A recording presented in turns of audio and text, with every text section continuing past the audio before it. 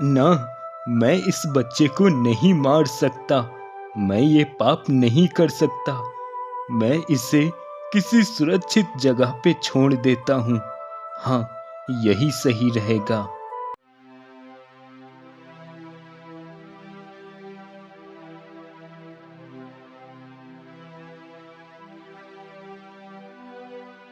बच्चे, मैं तुझे यहीं छोड़कर जा रहा हूँ और दुआ करता हूँ कि तू सलामत रहे। इतना कहकर वह व्यक्ति वहां से चला जाता है।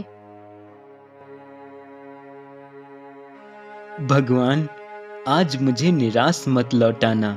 आज मुझे कुछ ज्यादा ही मछलियां मिल जाएं। भगवान, आपकी बहुत कृपा होगी और मेरी भी कुछ परेशानियां कम हो जाएंगी।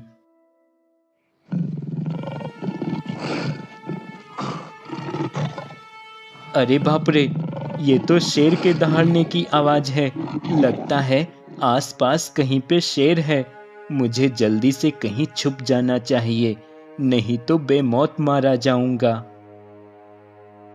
इतना कहकर मछुआरा वहीं झाड़ियों में छिप जाता है कि तभी उसकी नजर एक छोटे से बच्चे पे जाती है। अरे, ये क्या? ये तो एक छोटा बच्चा यहाँ झाड़ियों में पड़ा है। और और ये तो जीवित है। कहीं ऐसा तो नहीं कि इसके माता पिता को इसी शेर ने खा लिया हो। लेकिन यहाँ तो ऐसा बिल्कुल भी नहीं लगता कि शेर ने किसी पे हमला किया होगा। हो सकता है इसके माता पिता अपनी जान बचाकर भागे हों और बच्चा यहीं गिर गया हो। खैर, मैं इसे जंगल में नहीं छोड़ सकता। अब मछुआरा उस बच्चे को गोद में उठा लेता है और कुछ देर बाद मौका देखकर वहां से निकल जाता है। अब वह एक नदी के पास जाकर उस बच्चे को उसी पेड़ की छांव में रख देता है। बच्चे, तुम कुछ देर यहीं पे आराम करो। मैं नदी से कुछ मछलियां पकड़ लेता हूँ, फिर हम घर चलेंगे।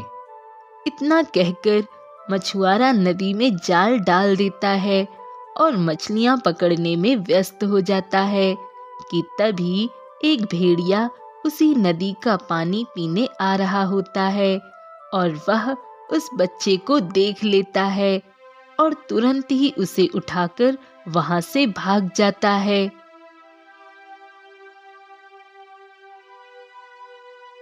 अरे अरे अरे, वो भेड़िया बच्चे को ले गया। हट हट हट, छोड़ छोड़, छोड़ दे। मछुआरा कुछ दूर भेड़िया के पीछे भागता है, लेकिन भेड़िया जंगलों में छुपकर भाग जाता है। हे भगवान, ये क्या अनर्थ हो गया। भगवान, उस बच्चे की रक्षा करना। अरे, ये कहां से टपक पड़ा। अब तो यहाँ से भागने में ही भलाई है। ए भेड़िए, जल्दी से इस बच्चे को मुझे दे दे, वरना तेरा क्या हाल होगा ये मुझे तुझे बताने की जरूरत ही नहीं है।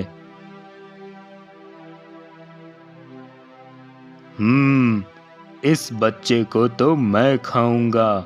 ये मेरा शिकार है। अब शेर उस बच्चे को लेकर अपनी गुफा की ओर जाने लगता है कि तभी उसकी नजर एक हिरन पर पड़ती है। अरे वाह, कितनी बड़ी हिरन है। अगर इसको पकड़ लिया तो आज दिन भर का खाना हो जाएगा मेरा। और इस छोटे से बच्चे को खाकर तो मेरा कुछ भी नहीं होने वाला। चलो, पहले इस हिरन को ही पकड़ लेता हूँ, बाद में इस बच्चे को खाऊंगा। अब शेर उस बच्चे को वहीं जमीन पे रखकर उस हिरन की ओर जाने लगता है कि तभी वह हिरन शेर को देखकर वहां से भागने लगती है और शेर भी उसका पीछा करने लगता है।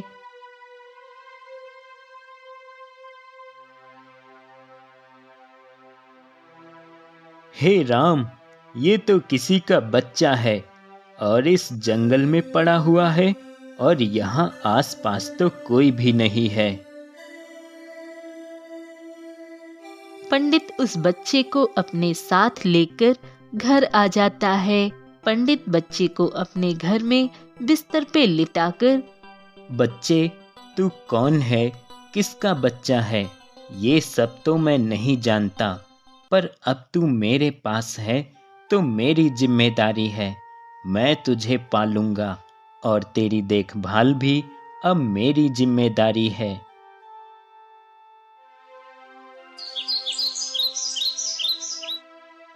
बेटा, अब तो मैं बूढ़ा हो चुका हूँ और मेरी तबीयत भी अब दिन ब दिन बहुत बिगड़ती जा रही है। अब मेरा समय आ गया है।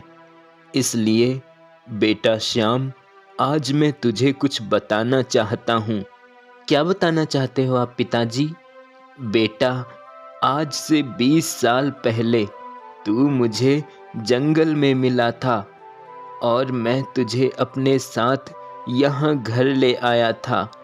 तब से तू मेरे साथ ही रहता है। बेटा, मैंने तुझसे ये बात छुपाई थी, लेकिन अब समय आ गया है कि तू सच जाने। बेटा, मैं तेरा असली पिता नहीं हूँ। मैंने तो बस तुझे पाला है, पर मैंने बहुत दिनों तक तेरे माता पिता की तलाश की, पर मुझे तेरे माता पिता नहीं मिले। बेटा, हो सके तो मुझे माफ कर देना। नहीं पिताजी, मैं ये सब नहीं जानता। मेरे पिता तो आप ही हैं। पिताजी, पिताजी, आप कुछ बोल क्यों नहीं रहे पिताजी? पंडित की मृत्यु हो जाती है और श्याम रोता रह जाता है। अब मैं क्या करूं? कहाँ जाऊं मैं? मेरा तो कोई भी नहीं है। पर अगर पिताजी ने कहा है कि उनको मैं जंगल में मिला था, इसका मतलब मेरे माता पिता भी उसी जंगल में गए होंगे। मुझे पता लगाना होगा। अब श्याम अपने माता पिता का पता लगाने निकल पड़ता है।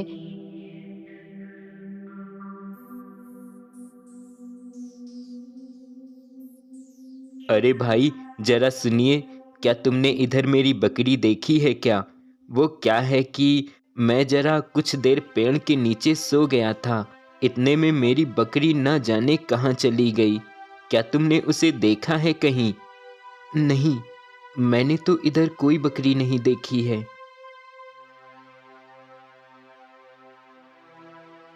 बहुत प्यास लग रही है और नदी भी पास में ही है।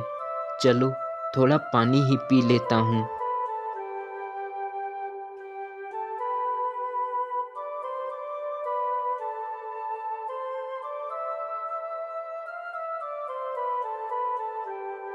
कितना शीतल जल है इस नदी का।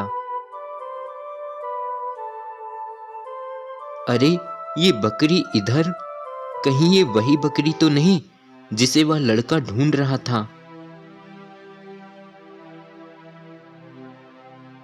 श्याम उस बकरी को पकड़कर उस लड़के के पास ले जाता है। अरे वाह, तुमने तो आज बचा लिया मुझे, वरना मेरे पिताजी ना जाने क्या करते आज। वैसे कभी देखा नहीं तुम्हें इधर? हाँ, मैं इधर पहले कभी नहीं आया। तो आज क्या काम पड़ गया इधर जो आ गए? वैसे मेरा नाम गगन है और तुम्हारा नाम क्या है? मेरा नाम श्याम है और मैं पास के गांव गुंजनपुर से आया हूँ। मैं एक जरूरी काम से जा रहा हूँ। श्याम उस लड़के को अपनी सारी बात बता देता है। भाई श्याम, तुम्हारे साथ तो बहुत ही गलत हुआ है। तो अब तुम अपने माता पिता को कैसे ढूंढोगे? मुझे तो कुछ समझ नहीं आ रहा है, पर मुझे ढूंढना तो पड़ेगा ही। मैं क्या कहता हूँ, तुम्हें अगर किसी ने जंगल में छोड़ दिया था तो तुम्हें उसी जंगल से ही कोई रास्ता मिलेगा तुम्हारे माता पिता के बारे में जानने का। हाँ, तुम ठीक कह रहे हो। मुझे शुरुआत उसी जंगल से ही करना चाहिए। अच्छा, मैं चलता हूँ। श्याम अब जंगल की ओर निकल पड़ता है कि तभी जंगल शुरू होते ही एक झोपड़ी दिखाई देती है। इस जंगल के इलाके में ये झोपड़ी किसकी है? और ये गाय इतनी सुनसान जगह पे भला कौन रहता होगा? श्याम उस घर को देखकर उस घर के पास चला जाता है। सुनिए जी, आज हमारा बेटा होता तो कितना बड़ा हो गया होता, और आज वो हम दोनों की कितनी देखभाल करता। हाँ, और मैं इस उम्र में यूं दर दर भटकना न पड़ता, वो हम दोनों का सहारा बनता। पर मैं वो दिन याद नहीं करता जिस दिन हमारा बेटा हमसे दूर हो गया था। अरे, ये लोग किस बेटे की बात कर रहे हैं? और कह रहे हैं कि इनका बेटा आज बड़ा हो गया होता और इनका बेटा इनसे दूर हो गया था। कहीं वो बेटा मैं ही तो नहीं, और ये मेरे माता पिता ही तो नहीं है। तभी श्याम उन दोनों के पास जाता है। माफ कीजिए, मैं यहाँ से गुजर रहा था तो आपकी बातें सुनी। आप कह रहे थे कि आपका बेटा आप दोनों से दूर हो गया था। क्या आप मुझे बता सकते हैं कि आपका बेटा आप दोनों से कैसे दूर हो गया था और वो कहाँ है? बेटा, आज से कुछ वर्ष पहले हमारा बेटा, जिसकी आयु 10 वर्ष की थी, वह खेल रहा था। उसने एक पत्थर उछालकर फेंका तो वह पत्थर जाकर इस राज्य के राजा को लग गया जो यहाँ से गुजर रहे थे। पत्थर लगने पर राजा बहुत क्रोधित हो गए और मेरे बेटे को आजीवन कारावास की सजा दे दी, और उनके सैनिक मेरे बेटे को उठाकर अपने साथ लेकर चले गए थे और हम लोग कुछ भी नहीं कर सके। ओह, तो ये बात है। आप लोग बिल्कुल भी चिंता ना करें, अब आपके बेटे को मैं वापस लाऊंगा। श्याम अब राज दरबार की ओर निकल जाता है।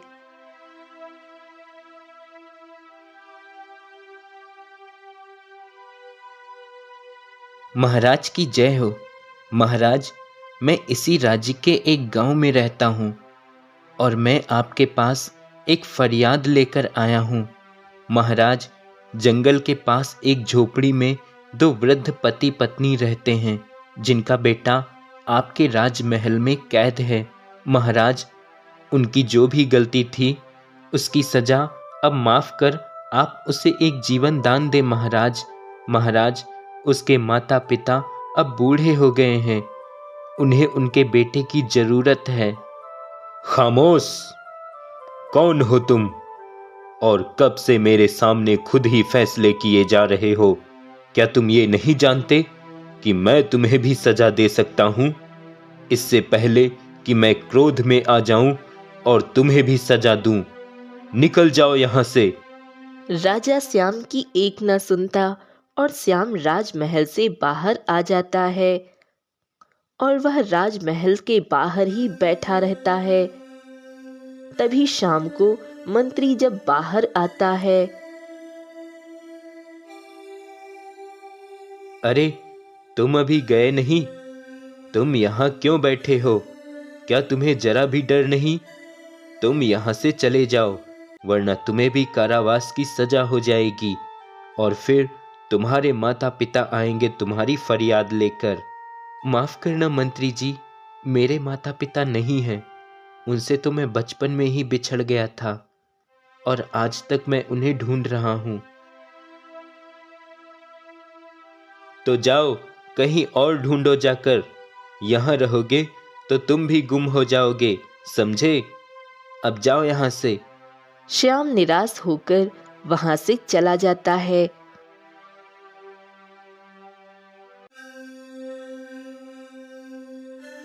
बेटा रुको। बेटा, मेरी बात सुनो। जी काका, कहिए, क्या बात है? तुमने कहा कि तुम्हारे माता पिता तुमसे बचपन में ही बिछड़ गए थे, क्या ये सच है? हाँ काका, ये सच है, क्योंकि मैं जिसके साथ रहता था उन्होंने मुझे बताया था कि उन्होंने मुझे एक जंगल में पाया था और वो मुझे अपने साथ ले गए और मेरा पालन पोषण किया। यह सुनकर बूढ़ा व्यक्ति बहुत खुश हो जाता है। मैं जानता था कि ईश्वर एक दिन जरूर ये दिन लाएगा और वो इंसाफ भी करेगा। काका, आप ये क्या कह रहे हैं? मुझे कुछ भी समझ नहीं आ रहा। बेटा, मैंने ही तुम्हें जंगल में छोड़ा था। क्या? आपने मुझे जंगल में छोड़ा था? पर क्यों? इसका मतलब आप जानते हैं मैं कौन हूँ? हाँ बेटा, तुम कौन हो मैं जानता हूँ, और मैं ये भी जानता हूँ कि तुम्हारे माता पिता कौन हैं और वो कहाँ हैं। बेटा, आज से कई वर्ष पहले एक जादूगर रात के अंधेरे में राजमहल के अंदर आ गया और राजा साहब के कक्ष की ओर जा रहा था कि मैंने उसे देख लिया था और पीछे पीछे मैं भी चला गया और वहां जाकर देखा। क्या मैं अपना राजपाट तुम्हें दे दूं? ये क्या बकवास कर रहे हो? मैं बकवास नहीं कर रहा हूं। जो मैं कह रहा हूं वो मान लो, नहीं तो बहुत पछताओगे। क्या तुम मुझे धमकी दे रहे हो? क्या तुम जानते हो तुम किसे धमकी दे रहे हो? मैं एक राजा हूं और राजा को धमकी देना तुम्हारे लिए ठीक नहीं है। राजा हो नहीं, राजा थे और अब राजा मैं हूं। इतना कहकर जादूगर अपने जादू से राजा का वेश बना लेता है और वह हूबहू राजा के जैसा दिखने लगता है और असली राजा रानी को ले जाकर महल के एक ही गुप्त तहखाने में कैद कर देता है। ऐ माली, जबकि तूने सब देख ही लिया है और ये जानते हो कि मैं कौन हूं और मेरी ताकत कितनी है, तो अब ये राज तूने अगर किसी को बताया तो तुम्हारा क्या हश्र होगा ये तुम भी नहीं जानते। नहीं नहीं नहीं नहीं, मैं किसी को कुछ नहीं कहूंगा। हाँ, ये हुई ना बात, तो फिर ठीक है। ये लो इस बच्चे को, इसे ले जाकर जंगल में डाल दो, वहां कोई इसे जंगली जानवर खा लेंगे। माली उस बच्चे को जंगल लेकर चला जाता है। और इस तरह उस जादूगर ने तुम्हारे माता पिता को कैद कर दिया था और मेरे हाथों तुम्हें जंगल में छुड़वाया था। काका, तो अब मैं मेरे माता पिता को कैसे बाहर निकालूं? बेटा, उस जादूगर से लड़ाई में जीत पाना तो बहुत मुश्किल है, पर मैंने एक दिन देखा था कि वो अपने हाथ में एक जादुई लॉकेट पहनता है और उसी लॉकेट से वो जादू भी करता है। अगर किसी तरह उसका लॉकेट उसके हाथ से निकाल लिया जाए तो उसका सामना किया जा सकता है। काका, आप फिक्र ना करें, मैं अब इस जादूगर को नहीं छोड़ूंगा। नहीं बेटा, तुम ऐसा कुछ भी मत करना, नहीं तो वो तुम्हें भी तुम्हारे माता पिता की तरह ही गुप्त तहखाने में कैद कर देगा। बेटा, मैं उसके कमरे में आता जाता रहता हूँ। मैं अब उसका लॉकेट उसके हाथ से निकालने की कोशिश करूंगा। ठीक है काका, पर मैं भी आपके साथ रहूंगा। अब वह दोनों उसी रात चुपके से नकली राजा के कमरे में जाते हैं और छिप जाते हैं। मौका देखकर माली राजा के पास जाकर वो जादुई लॉकेट निकालने के लिए जैसे ही हाथ बढ़ाता है कि वह राजा जग जाता है। ए एहसान फरामोश, तू मेरे हाथ का लॉकेट निकालने आया था? अरे, मैंने तुझे जिंदा छोड़ा, जीवन दान दिया और तूने मेरे साथ ही छल करने को सोचा। तुझे वफादारी नहीं करनी आती, इसलिए अब मैं तुझे वफादारी सिखाऊंगा। अब तुझे समझ आएगी वफादारी क्या होती है।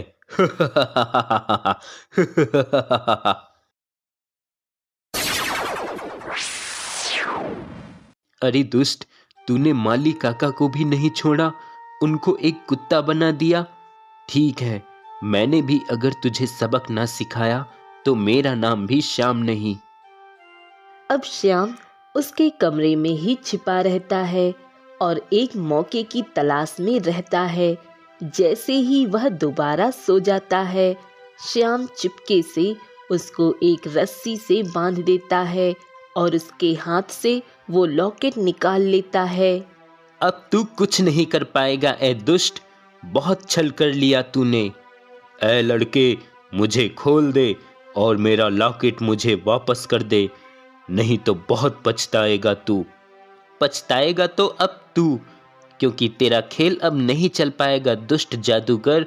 तू अपने इस जादुई लॉकेट से लोगों पे अत्याचार करता है ना, तो अब ये लॉकेट ही तेरा काल बनेगा। इतना कहकर श्याम उस लॉकेट की शक्ति से उस जादूगर को एक तोता बनाकर एक पिंजरे में कैद कर देता है। ये देख दुष्ट जादूगर, तुझे तेरे ही लॉकेट ने क्या बना दिया। अब तू सारा जीवन तोता बनकर इसी पिंजरे में कैद रहेगा। श्याम अब उस माली को वापस कुत्ता से इंसान बना देता है और अपने माता पिता को भी तहखाने से आजाद करवा देता है। महाराज, ये आपका पुत्र है श्याम, जिसे उस दुष्ट जादूगर ने मुझसे जंगल में छोड़ने को कहा था। ये वही लड़का है और आज इसकी वजह से ही आप दोनों उसकी कैद से आजाद हुए हैं। माली की बात सुनकर राजा और रानी दोनों बहुत खुश हो जाते हैं और अपने बेटे को नया राजा बना देते हैं।